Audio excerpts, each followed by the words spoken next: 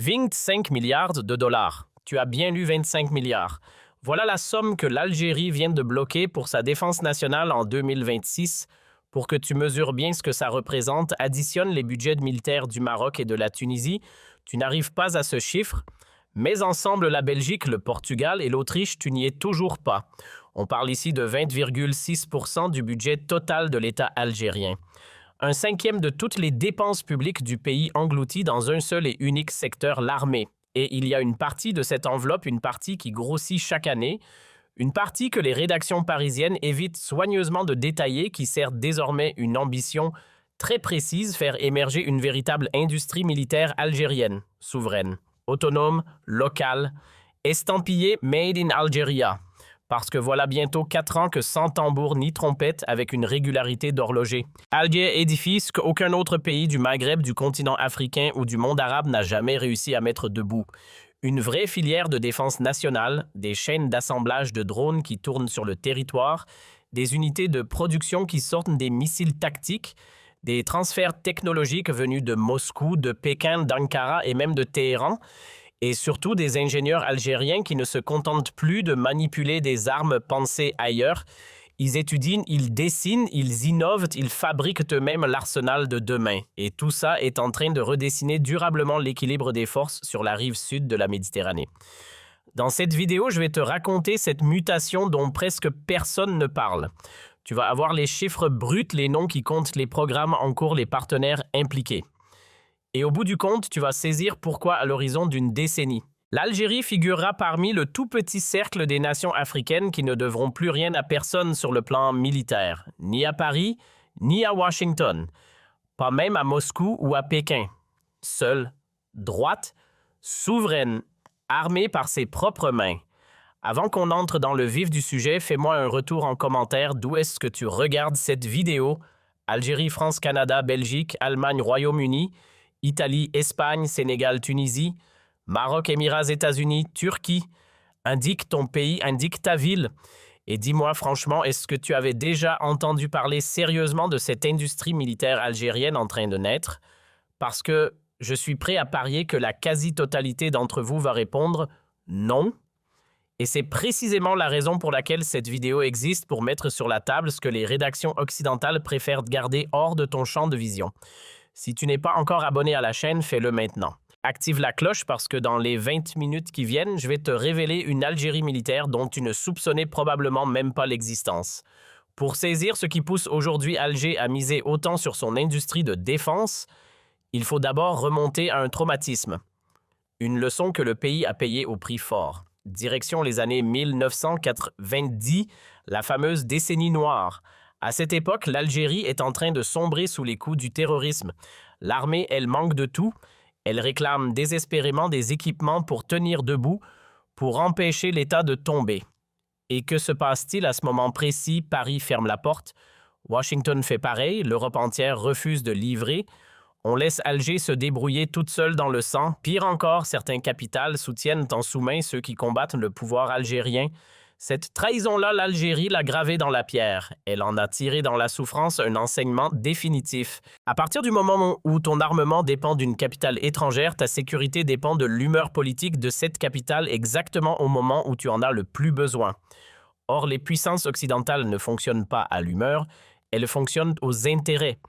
Et ces intérêts bougent au rythme des conjonctures. Un État qui confie sa défense à un autre État, ce n'est plus un État souverain. C'est un État sous tutelle, le canon d'autrui pointé sur sa propre nuque. C'est de cette blessure-là qu'est sortie la doctrine algérienne d'aujourd'hui. Une doctrine en 2 temps: élargir d'abord à fond l'éventail des fournisseurs, puis bâtir progressivement une filière nationale qui, à un horizon de 10 ou 20 ans, rendra le pays libre de toute dépendance. C'est un chantier de longue haleine, c'est un chantier qui demande de la patience, c'est un chantier purement stratégique. Et il connaît actuellement une accélération nette. Maintenant, descendons dans le concret. Parlons de ce qui sort littéralement de terre en ce moment, mais même sur le sol algérien, parce que les chiffres, eux, ne mentent pas. Premier secteur, les drones. L'Algérie produit aujourd'hui ses propres drones. Tu m'as bien lu, produire pas commandé à l'étranger. Lors de l'édition 2025 du Salon panafricain d'Alger consacré aux technologies militaires, le pays a exposé devant le grand public toute une gamme de drones imaginés et montés sur place. Drones d'observation, drones tactiques, drones de combat, drones suicides, toute une famille déclinée. La pièce maîtresse de cette gamme s'inspire directement du Mohajer iranien. Pour ceux qui ne sont pas familiers avec ce nom, il s'agit d'un drone de combat mis en service par l'Iran en 2018. Rayon d'action 200 km, endurance 12 heures de vol non-stop, charge utile jusqu'à 2 missiles air-sol, dans sa catégorie. C'est l'un des appareils les plus redoutables qui existent et son prix est sans commune mesure avec ses concurrents américains ou israéliens. Compté entre 3 et 5 millions de dollars l'unité, là où un Reaper américain dépasse allègrement les 20 millions. Mais Alger ne se contente pas d'acheter ses drones à Téhéran. Le pays a obtenu au passage un transfert de technologie. En clair, des sites industriels algériens du côté de Constantine ainsi que dans d'autres zones militaires assemblent désormais ces appareils avec une partie des composants déjà fabriqués localement. Les ingénieurs apprennent, les techniciens sont formés. Le savoir-faire migre.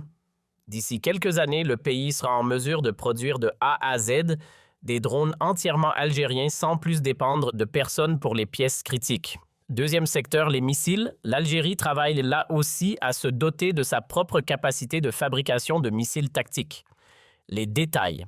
Évidemment classés secret défense. Aucun État sérieux ne déballe publiquement ce type de programme. Mais plusieurs sources internationales spécialisées confirment l'existence sur le sol algérien de programmes de production locale de missiles anti-chars, de missiles solaires à courte portée et potentiellement de missiles balistiques tactiques. Tout cela est mené main dans la main avec Moscou, avec Pékin et probablement avec d'autres partenaires qui préfèrent rester dans l'ombre.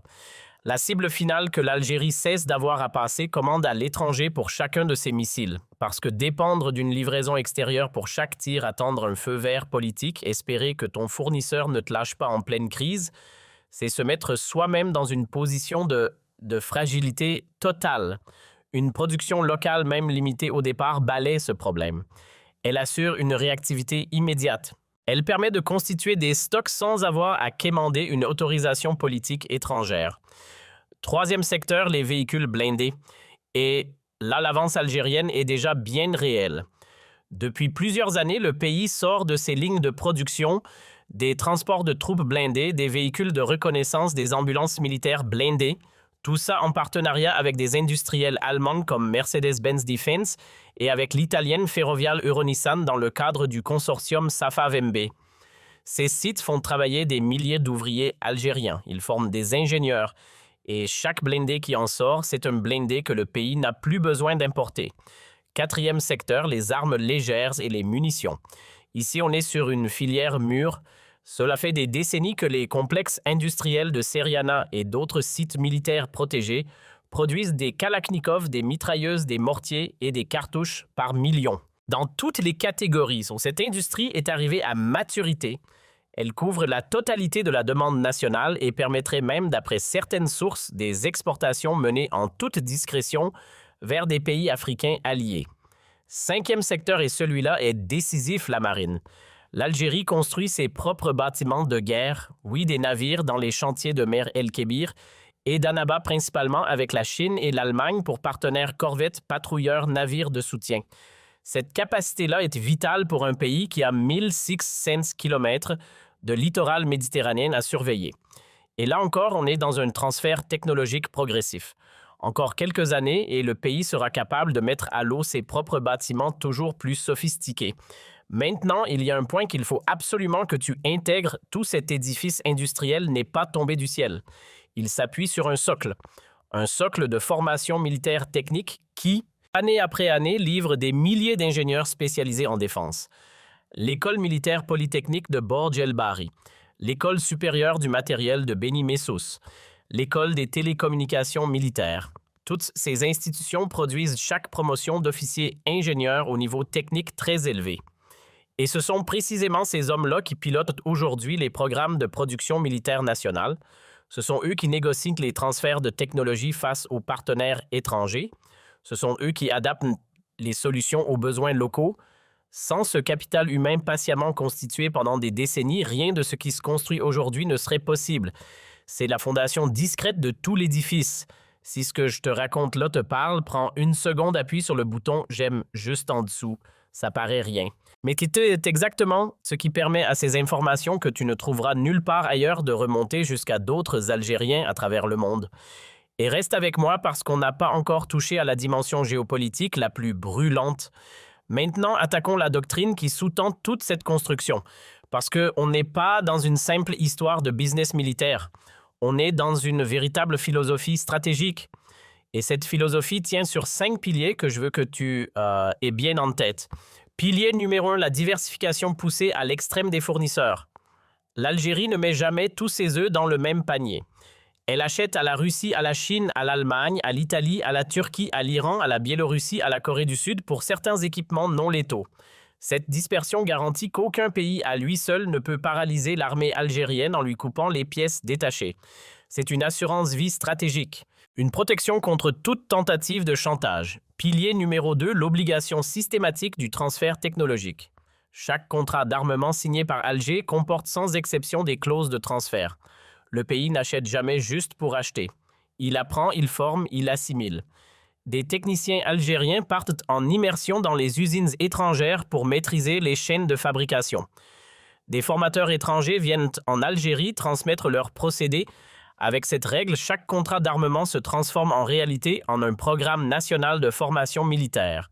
Pilier numéro 3, la montée progressive du contenu local. L'Algérie impose dans tous ses contrats un seuil minimal de production réalisée sur place. Au départ, 15%, puis 25%, puis 40%, puis 50%. Le but final, c'est d'atteindre 70, voire 80% de production nationale sur les équipements considérés comme stratégiques. Cette progression est lente, méthodique, mais inexorable. Pilier numéro 4, le rejet catégorique des kill switch. Un kill switch, c'est un dispositif que certaines puissances, et les États-Unis sont en première ligne sur ce point, glissent dans les armements qu'ils exportent. Ce dispositif leur permet de neutraliser à distance l'équipement vendu dès lors que la relation politique se tend. C'est exactement ce qu'a vécu la Turquie avec ses F-16 américains. C'est exactement ce qui est arrivé à l'Iran dans les années 1980 avec les F-14 Tomcat acquis sous le Shah. L'Algérie, elle ferme la porte de manière définitive à tout matériel embarquant ce genre de système. Ce refus de principe explique pourquoi le pays se tourne d'abord vers la Russie et la Chine. Ces fournisseurs vendent des armes qui appartiennent réellement à l'acheteur sans clause d'usage, sans télécommande de blocage. Pilier numéro 5, la culture du silence. Et celui-là pèse autant que les 4 autres. L'Algérie ne fait quasiment jamais de communication publique sur ses programmes militaires. Les annonces officielles sont rares, les mises en service se font dans la discrétion. Les défilés militaires laissent peu transparaître les équipements de toute dernière génération. Cette culture-là tranche radicalement avec celle de la France, des États-Unis ou d'Israël, où chaque nouveau matériel donne lieu à une véritable opération médiatique. L'Algérie, elle préfère que ses adversaires potentiels n'aient jamais une cartographie précise de ce qu'elle possède réellement ni de ce qu'elle est capable de faire. C'est une habitude stratégique héritée directement de la guerre de libération et elle continue à structurer la doctrine actuelle. Et là, je veux te poser une vraie question et je veux ta réponse en commentaire.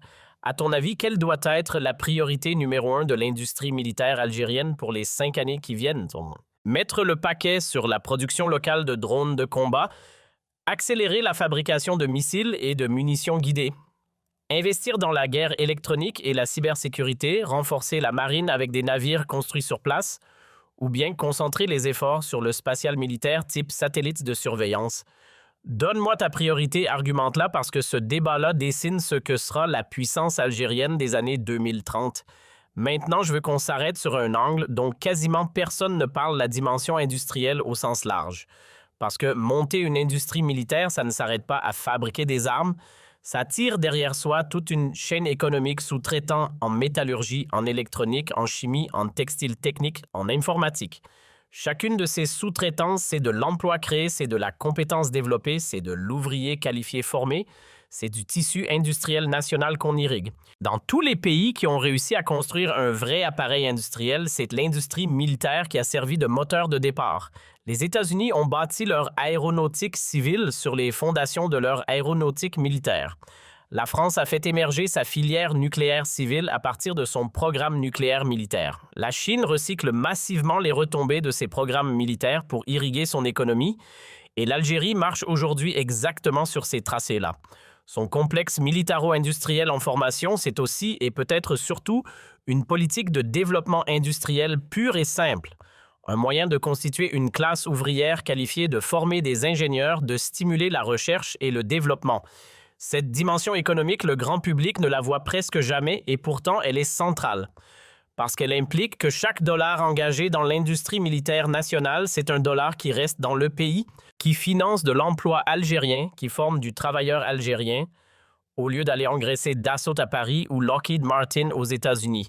C'est donc une révolution économique en plus d'être une révolution militaire. Si cette analyse te semble utile, partage cette vidéo dès maintenant à un membre de ta famille qui croit encore que l'Algérie est un pays sans industrie, à un jeune qui doute des opportunités professionnelles que peut lui offrir son propre pays, à un proche qui répète à longueur de temps les vieux clichés français sur une Algérie soi-disant condamnée à dépendre des autres. Mets-lui ces chiffres sous les yeux, donne-lui cette analyse et laisse-le revoir sa copie, parce que cette chaîne, c'est précisément celle qui rend visible ce que d'autres veulent garder dans l'ombre. Maintenant, on rentre dans une zone particulièrement sensible, la réaction des puissances étrangères. Comment réagit-on à l'extérieur face à cette montée en puissance industrielle militaire de l'Algérie? Première réaction, et elle est massive, la France est dans un état de panique totale. Et de son côté, cette panique a parfaitement sa logique. Parce que pendant des décennies, Paris a considéré Alger comme une chasse gardée, un marché qu'on tient pour acquis.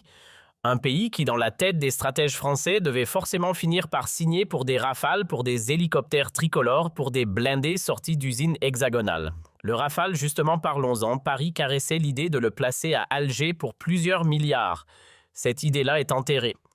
Et les grands noms de l'armement français, Dassault, Thales, Airbus, Helicopters, MBDA, Safran, pleurent en silence année après année des contrats qui leur seraient tombés dans la poche, si seulement leur propre gouvernement n'avait pas pulvérisé la relation entre les deux rives. Deuxième réaction, les États-Unis. Ce qu'on observe à Washington, c'est une inquiétude qui monte d'un cran à chaque trimestre parce que la Maison-Blanche voit très bien ce qui se passe. Une puissance militaire autonome est en train de surgir au sud de la Méditerranée. Et cette puissance n'obéit ni à Washington ni à aucun de ses alliés. Elle s'appuie principalement sur Moscou et Pékin, c'est-à-dire sur les deux grands rivaux stratégiques des Américains, et en parallèle, elle construit pas à pas son propre appareil industriel. Pour les analystes du Pentagone, cette Algérie-là, c'est un cauchemar en gestation. Un pays qu'on ne peut pas acheter, qu'on ne peut pas faire plier, qu'on ne peut pas faire basculer dans un autre camp. Troisième réaction, Israël, et là on parle d'une préoccupation bien réelle, parfaitement documentée, parce que cela fait longtemps que Tel Aviv a placé l'Algérie sur la liste de ses adversaires stratégiques majeurs sur le flanc sud de la Méditerranée. Le rapprochement entre Alger et Téhéran, qui a clairement gagné en intensité ces dernières années, est suivi à la loupe par les services de renseignement israéliens. Et la montée des capacités algériennes en matière de production de missiles et de drones peut être main dans la main avec l'Iran est analysée à Tel Aviv comme une menace de moyen terme à prendre au sérieux. C'est exactement pour cette raison qu'Israël pousse activement ses partenaires régionaux et en premier lieu le Maroc à se doter d'armements défensifs pour tenter de contrebalancer la puissance algérienne. Quatrième réaction, le Maroc, et là c'est une anxiété que Rabat dissimule très mal. Année après année, le Maroc constate que l'écart militaire avec son voisin de l'Est se creuse et ce constat le pousse à empiler les commandes d'armement, principalement du côté américain et israélien, pour essayer de rattraper son retard. Sauf que le Maroc ne joue pas dans la même cour financière, il n'a pas les mêmes ressources en hydrocarbures pour alimenter ses importations militaires, il n'a pas non plus le même héritage industriel. Conséquence directe structurellement, cette course-poursuite marocaine est condamnée à rester un cran derrière. Ces 4 réactions mises bout à bout redessinent une carte géopolitique entièrement nouvelle. L'Algérie n'est plus un acteur de second rang qu'on peut se permettre d'ignorer dans les calculs. C'est désormais une puissance militaire en pleine ascension que toutes les grandes capitales sont obligées de prendre au sérieux. Et cette reconnaissance, même si on évite soigneusement de la formuler à voix haute, est déjà entrée dans les équations stratégiques de Washington, de Paris, de Tel Aviv et de Rabat. Maintenant, je veux qu'on s'autorise un exercice de projection à 10 ans. Parce que regarder vers l'avenir, c'est aussi prendre la mesure de l'ambition de ce qui se construit aujourd'hui. Mets-toi un instant en 2036. À quel niveau de puissance militaire l'Algérie aura-t-elle accédé? Si les courbes actuelles se prolongent, voici ce qu'on peut raisonnablement projeter. Une capacité nationale de production de drones de combat suffisante pour couvrir la totalité des besoins militaires, une filière de missiles tactiques autonomes sortant chaque année des dizaines de milliers de munitions guidées, une construction navale capable de produire frégates et sous-marins en partenariat avec des industriels étrangers, des satellites militaires entièrement conçus et exploités sous pavillon algérien, une force aérienne complète articulée autour de Su-57 russes, de drones algériens et de missiles de croisière de toute dernière génération, une armée de terre dont plus de 70% des véhicules blindés sortiront d'usines locales. Ce scénario, ce n'est pas de la science-fiction, c'est la projection mathématique des investissements en cours. Si l'Algérie tient son budget défense entre 20 et 25 milliards de dollars par an pendant la décennie qui vient, c'est un total compris entre 200 et 250 milliards de dollars qu'elle aura injecté dans son outil militaire. Et une part énorme de cet argent ira nourrir l'industrie nationale. À cette échelle-là, on parle d'une vraie puissance régionale, peut-être même d'une puissance qui pèse sur tout le continent. Pour Paris et pour Bruxelles, ce scénario constitue un véritable basculement stratégique. Parce qu'à l'horizon 2036, l'Europe devra composer avec une Algérie militairement souveraine, qui ne devra plus rien à personne, qui sera capable d'exporter ses propres armements vers d'autres pays africains, et qui pourra déployer sa puissance en Méditerranée occidentale sans avoir à demander la moindre autorisation. Cette nouvelle donne réduit drastiquement les marges de manœuvre diplomatiques des anciennes puissances coloniales. Voilà pourquoi Paris contemple ce qui se construit aujourd'hui avec une telle inquiétude. Parce que chaque drone assemblé sur le sol algérien, chaque missile produit dans une usine algérienne, chaque blindé sortant des chaînes algériennes. C'est une brique supplémentaire dans la construction d'une puissance qui rendra la France structurellement moins indispensable dans la région. Avant de te lâcher, je veux qu'on prenne 2 minutes pour synthétiser ensemble les 5 points clés que tu dois absolument garder en tête après cette vidéo. Premier point, le budget défense algérien 2026 tourne autour de 25 milliards de dollars, soit 20,6% de la totalité du budget national. C'est un effort financier énorme tenu sur la durée qui place l'Algérie au rang de première puissance militaire du continent africain. Deuxième point, au-delà des simples achats d'armes, c'est une véritable industrie militaire nationale qui est en train de s'élever. Production locale de drones inspirés du Mohajer 6, programme de missiles tactiques, fabrication de blindés en partenariat avec Mercedes-Benz Armes Légères et munitions intégralement produites sur place, construction navale main dans la main avec la Chine et l'Allemagne. Cette filière couvre déjà plusieurs segments stratégiques majeurs. Troisième point, la doctrine algérienne se tient debout sur 5 piliers. Diversification poussée à l'extrême des fournisseurs. Obligation systématique de transfert de technologie montée. Progressive du contenu local, rejet absolu des kill switch étrangers et culture du secret militaire qui protège le pays du regard de ses adversaires. Quatrième point, cette montée en puissance militaire produit des effets économiques considérables. Création d'emplois industriels qualifiés, formation d'ingénieurs algériens, développement de tout un écosystème de sous-traitants dans la métallurgie, l'électronique, l'informatique.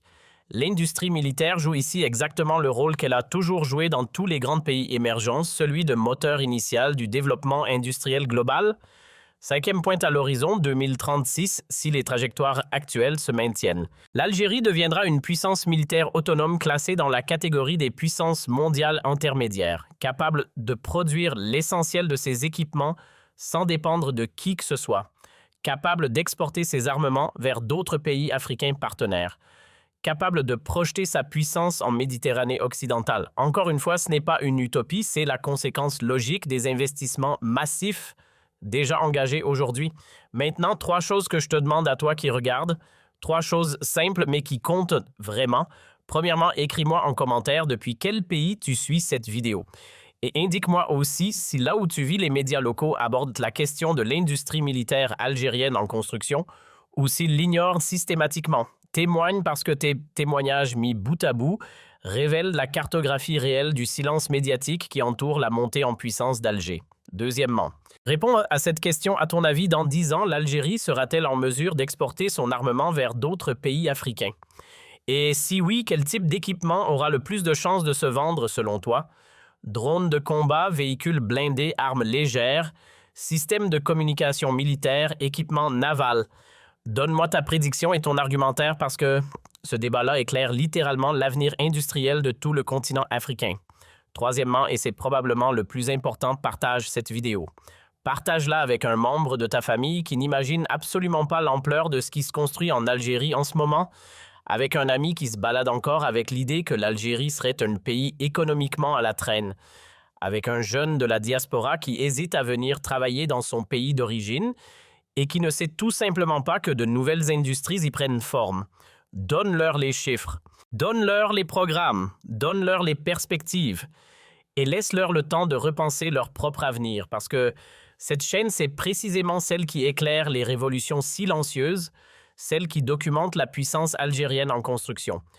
Et elle ne tient debout que grâce à toi, ton j'aime, ton commentaire, ton partage, ton abonnement. Chaque geste, c'est une pierre supplémentaire dans l'édifice d'une conscience algérienne collective qui est en train de se relever.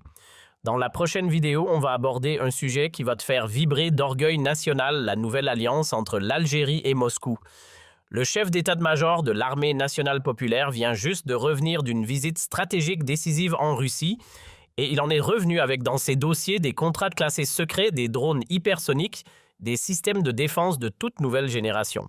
On parle ici d'une alliance militaire qui va donner des sueurs froides à l'OTAN en 2026. Tu vas comprendre pourquoi la coopération militaire entre Moscou et Alger vient de basculer dans une phase totalement nouvelle qui change l'ensemble du tableau. Tu ne veux surtout pas rater ça. Abonne-toi. Active la cloche. Active la cloche. Active la cloche.